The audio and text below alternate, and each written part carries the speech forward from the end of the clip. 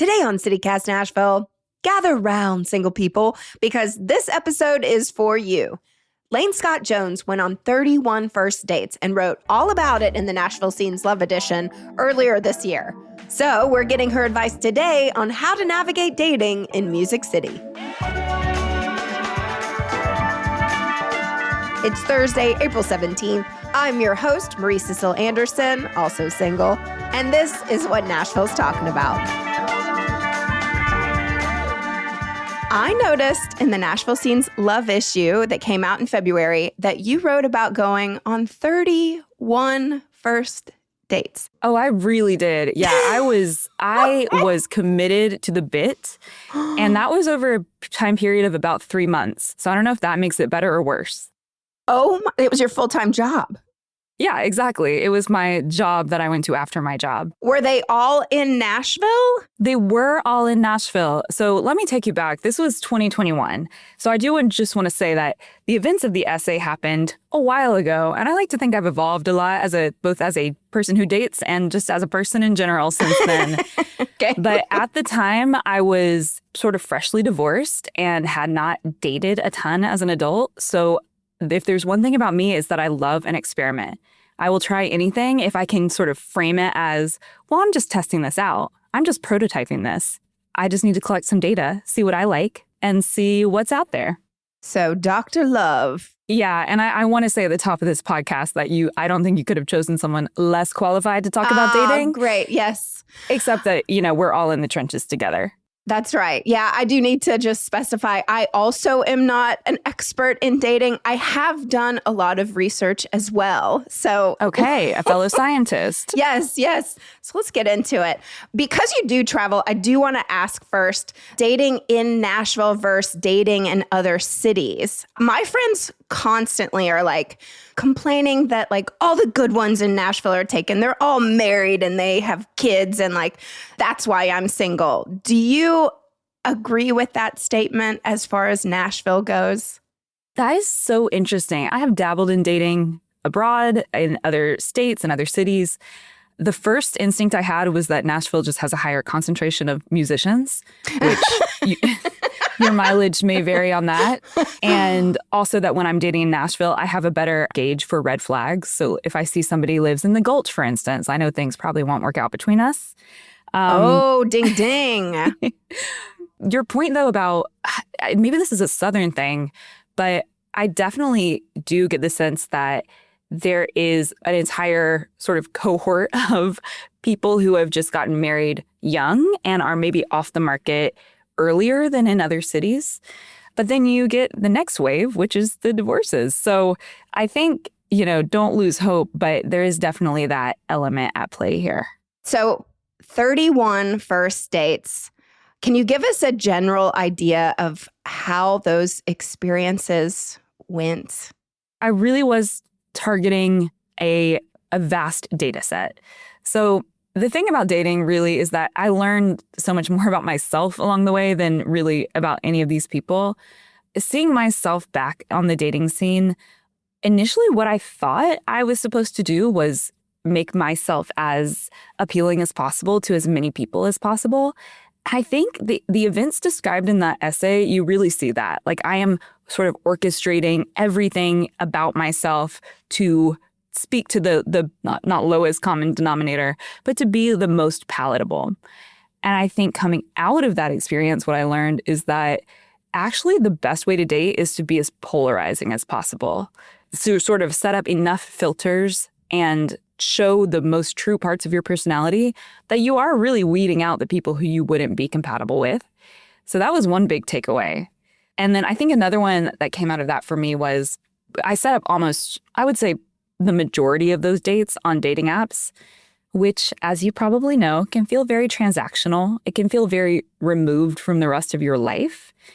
And I ended up not liking that. And I think where I've landed now is that the richest and most rewarding dating life has a lot in common with just having a rich and rewarding and full life in general.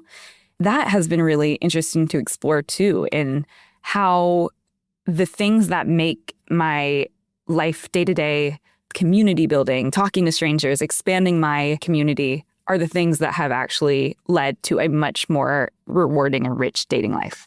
Yeah, you can't love anybody else without loving yourself first, right? Is that what they say? For me, it was a little bit less about like loving myself and more about having a life that felt really full. And then in that life, just meeting people that way. And if I think about like my close friends, I'm sure this is the case for you too.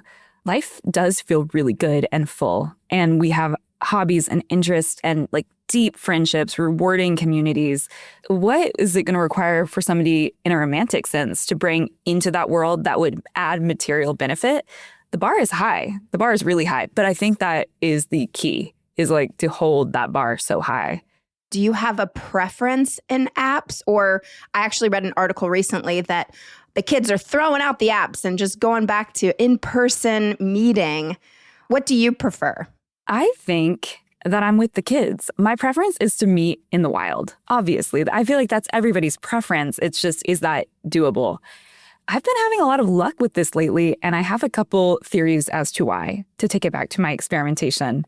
The first one is that, well, I mean, I've been in Nashville for a few months, which means that I'm not traveling constantly. And so I'm going back to the same places over and over. And these are all such sort of obvious things, but I think that becoming a regular somewhere has unlocked a whole new way of meeting people in a way that feels organic. And you can catch the chemistry and the vibe early on without having the pressure of like, this is a transactional dating app date. For example, I've joined a co-working space. I'm here now. I come here every single day. And it is such a nice way to be around people I know, strangers, and develop community that way. And I have to tell you, so a strange phenomenon that has been popping up at this co-working space, I've gotten asked out on dates multiple times, but also I need to specifically share that I have been asked out via note, handwritten note. How romantic. It wasn't romantic. At first I was like, this is a strange phenomenon. I would get like notes dropped at my workspace. You know, hey, we have a great energy. Do you want to go out on a date? And it did kind of feel like Valentine's Day. It felt like middle school in a good way. Yes, I love to pass note. But I was like, that's the kind of like magic and whimsy that you just don't get on a dating app. So your energy, you know, do you have to put it out there? Another friend of mine I was talking with, I was actually complaining about a friend who's constantly dating. My friend said, because she's putting out that energy. She's putting out the vibe. I mean, are you conscious of this energy and vibe that you're putting off? Or maybe it's just your happiness in your world that you've created, like what you just described earlier. Okay, I want to hear more about your energy that you're putting off, because you strike me as a very bubbly, lively, like engaging person. So that can't be it. Well, okay, maybe not. I don't know. Am I making eye contact with sexy men at coffee shops? No, because sometimes I'm in my gym clothes and I'm rushing off to, you know, a spinning class, or I've just come from a spinning class. Like if I'm going to be really fully making that a priority of going out into the world and hoping to meet somebody in person, then I need to be actually dressed and ready to do so. Okay, well, I think you're hitting on something that I have a strong opinion on, which is that we should all be flirting more. And I don't just mean romantic flirting. I mean, we should be flirting with everyone we come across, because in my view, flirting is a social good. There's a writer, Alain de Botton, who describes flirting as just the act of awakening somebody else to their own attractiveness. And again, not even necessarily romantic attractiveness, just I'm talking to you and making eye contact and paying attention to you and showing that you are an interesting person. And I think going back to your question about energy I'm putting out and energy like people put out that is really attractive, just having somebody pay close attention to you and be interested and engaged in learning about you, to me, that is the core of what flirting is. And I think we would all be better off if everybody was flirting with everybody at any given moment. Okay, I recently watched a TikTok on how to flirt. And the advice here was make eye contact first across the room. And then the second time you hopefully make eye contact with the person you're wanting to flirt with, you just whisper, hi. Definitely a whisper. Yeah, a nice little whisper, but really intentional eye contact. And it sounds like that is flirting, the easiest sense of the word, but like. We try to define what flirting is.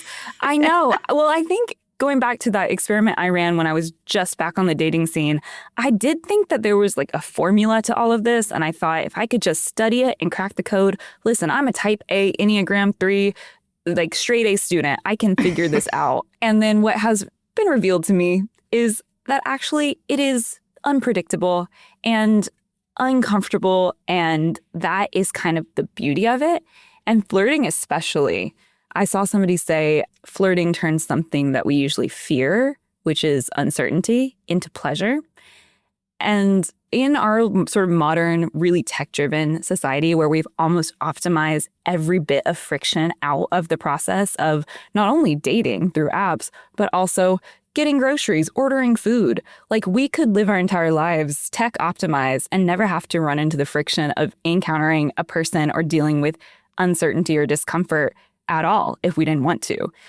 And I think that actually the more risk, discomfort, and uncertainty we can insert into our lives, and especially into our romantic lives, the better it is, because that is the whole point. You want to feel that delight and pleasure of not knowing. And that's where when you are flirting in person, meeting in person, you get that so much more. But I understand why people are averse to it, because it also puts you more at risk. And that is uncomfortable, but also leads to, I think, a more magical experience.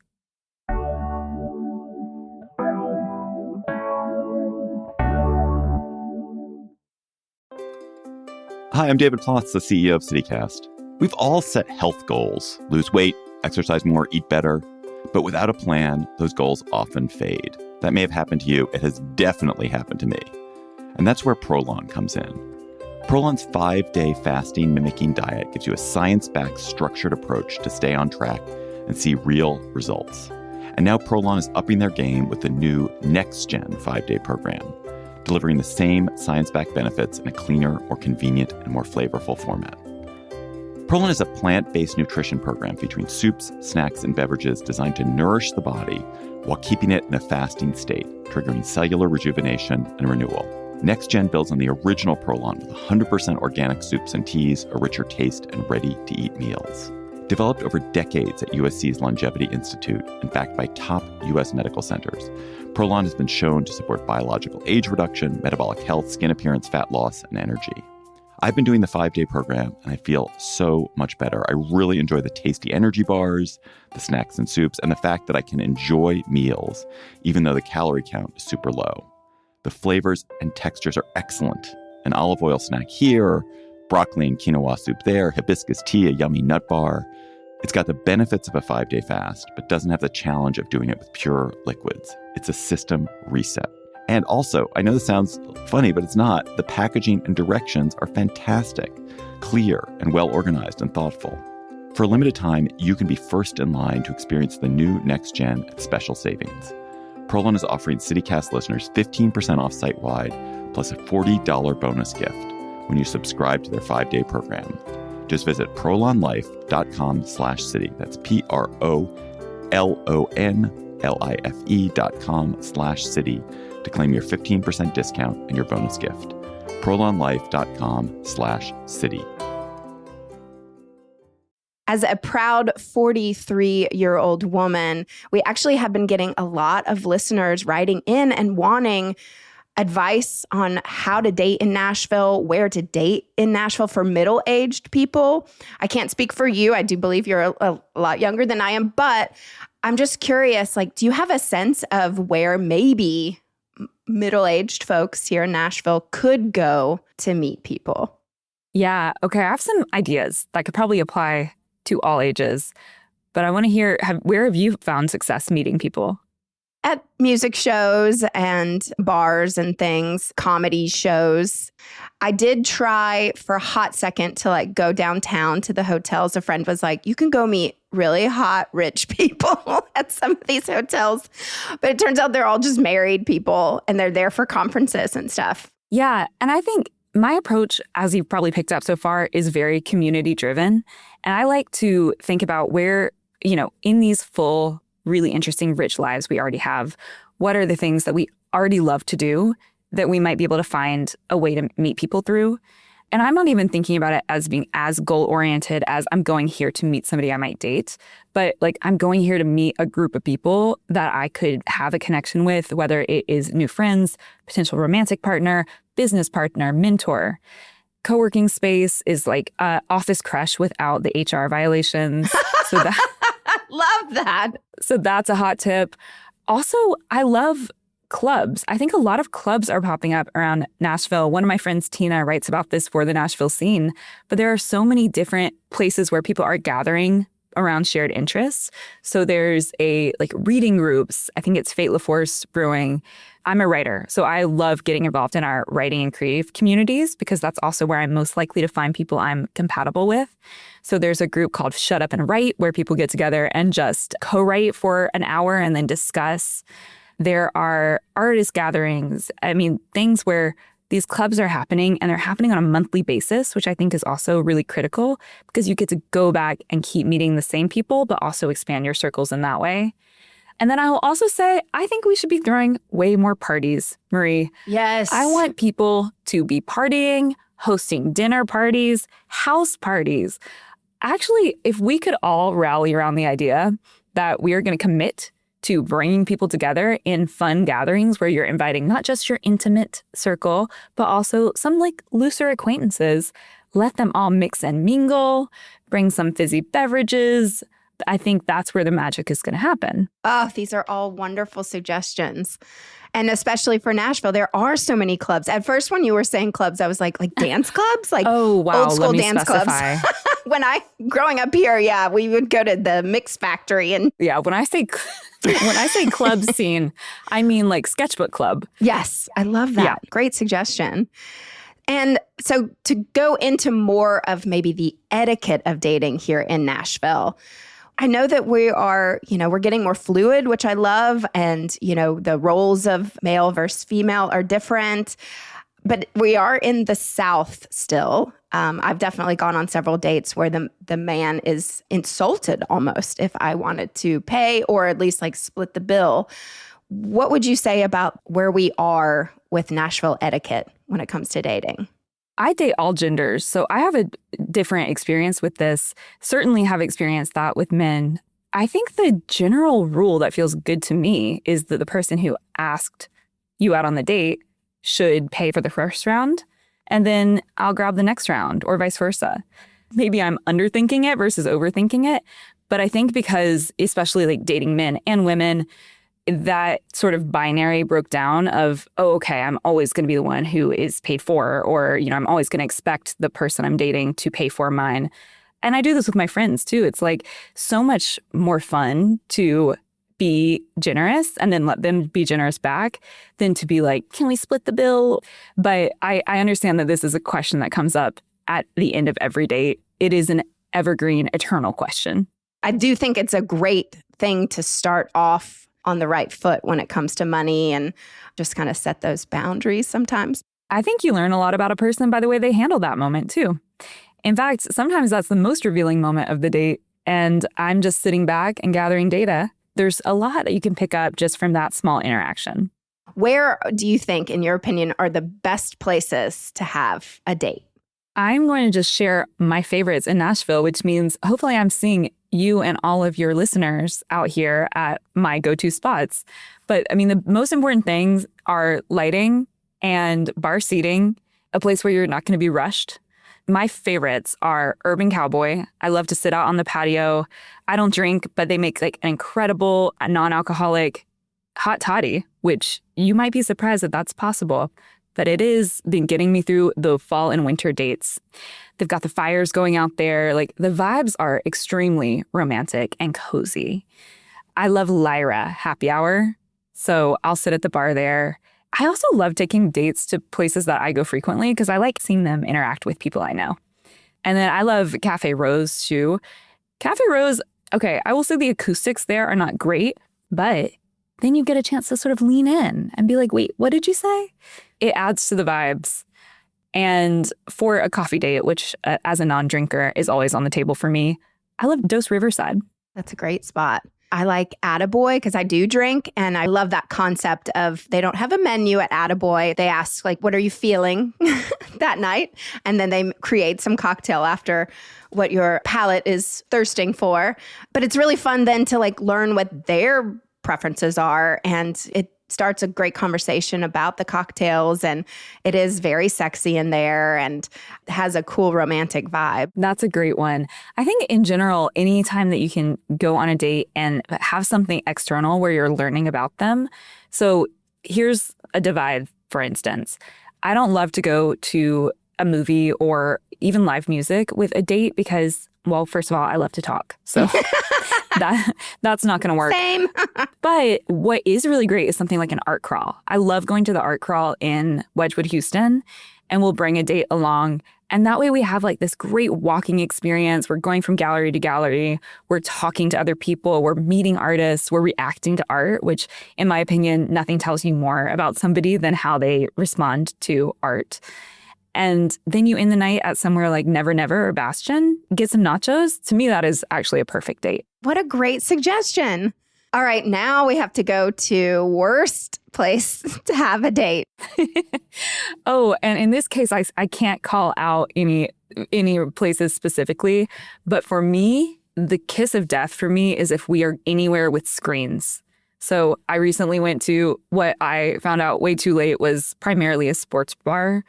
And I was miserable. The lighting was terrible. Oh, come on, overhead lighting in this day and age? Oh, absolutely please, not. Yes. Yeah, I need like good ambient lighting, a good playlist. What about you? What's the worst spot to go? I had the worst date of my life. We went to the Chicago deep dish pizza restaurant in Germantown. We sat down. We talked for maybe 10 minutes, and I knew this was not my person. And then I had to wait another 45 minutes for the freaking pizza to get out of the oven because it's a Chicago deep dish and it takes forever to cook. And then I had to sit there and eat this freaking casserole of a pizza where like one slice for me was enough, but I think he had 3 slices. It was so intense. And I mean, the date just got more and more aggressive and just weird. And I wanted to leave. And this is another good question, actually. As the Southern etiquette, have you gotten up and just left in the middle of the date? Because I should have. I probably should have just been like, you know what? I'm really not feeling this. Like, I hope you have fun with your casserole pizza. Oh, Marie, I'm so sorry. That sounds uniquely terrible. So I haven't been in that situation where I was sort of stuck somewhere, but rule of thumb, I am typically on the first date, like we're just doing drinks or coffee, because that way, like the time span it takes to consume one drink is very different than the time span it takes to consume a deep dish pizza. Yeah, and that's important to remember. Poor choice there. So that's usually my out is like the drink length increments. You know, after the first drink, if I'm like, it's immediately not a match, then I can pretty gracefully exit. And then if I'm on a second date, that's where we can, start adding food into the mix because I'm more sure that I'm going to have enough to talk to and connect with this person about. Well, a date recently I went on that I was actually shocked that it was the worst place to take a date. My favorite bar in Nashville is Robert's Western World. Our listeners know this, and I hope they agree. It is so much fun. And this person had said that he had never gone to Robert's Western World before. So, of course, I was like, well, we gotta go. And I took him in through the back entrance, and we sat there at my favorite table.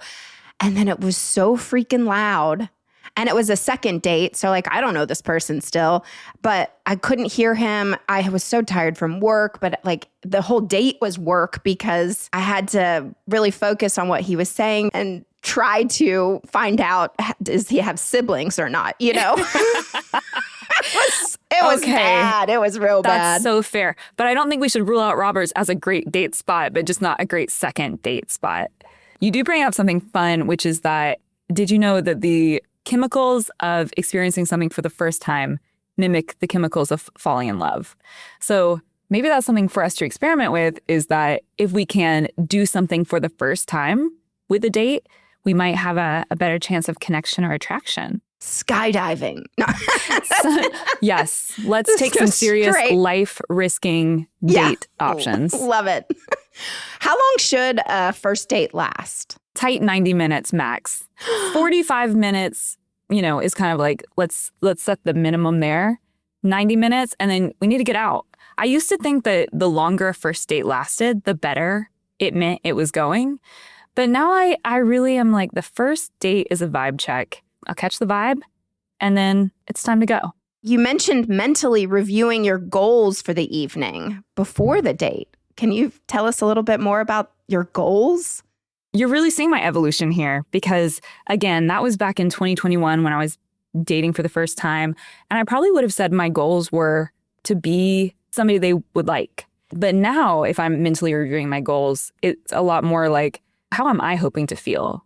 And how will I know if it's a good match? Back then, I was, again, in my data gathering phase. But now I've gathered enough data to kind of know what a good fit feels like. And I'm just monitoring for that. We are trained to perform. And, you're a performer. So that also is probably extra for you. But I think that's the way a lot of people approach going on dates is a performance or putting on a certain show. Or I talk in the essay about these different personas I was trying on. I think that once you get that out of your system, the real most important question is, do I like how I feel when I'm with this person? Yeah, I love it. We've come to our last question. What parting words of wisdom would you leave us with about dating in Nashville? I've got 3 things for you. One is that I really do believe the key to a full, rich dating life is the same thing that is the key to having a full life that you love in general, which is to take risks, embrace discomfort, flirt indiscriminately, and really think about how you're building community and how that community will expose you to all new sorts of people who you could connect with. Second thing is, this is supposed to be fun. And I think in the times in my dating life where I've forgotten that are when I've needed to take a pause. It shouldn't really feel like work and it shouldn't feel like a slog. I love thinking about dating as, at the very least, this is me about to have an interesting conversation with a new person over some great drinks. And at best, I fall in love. At worst, actually, also at best, I'm a writer. I get some new material. Right. So how can I lose? And then I would say the final and maybe most important thing to leave people with is just a reminder that I am single. And I believe my social media will be linked. Well, like you said, you are a writer, and I do want to just shout out, and I hope that our listeners do follow you and subscribe to Second Rodeo. It's on Substack. We'll include that link in our show notes as well, so we highly recommend you checking that out. And then we'll also link your Instagram so we can follow along. Thank you so much. Yes, this was really, really wonderful. Thank you, Lane.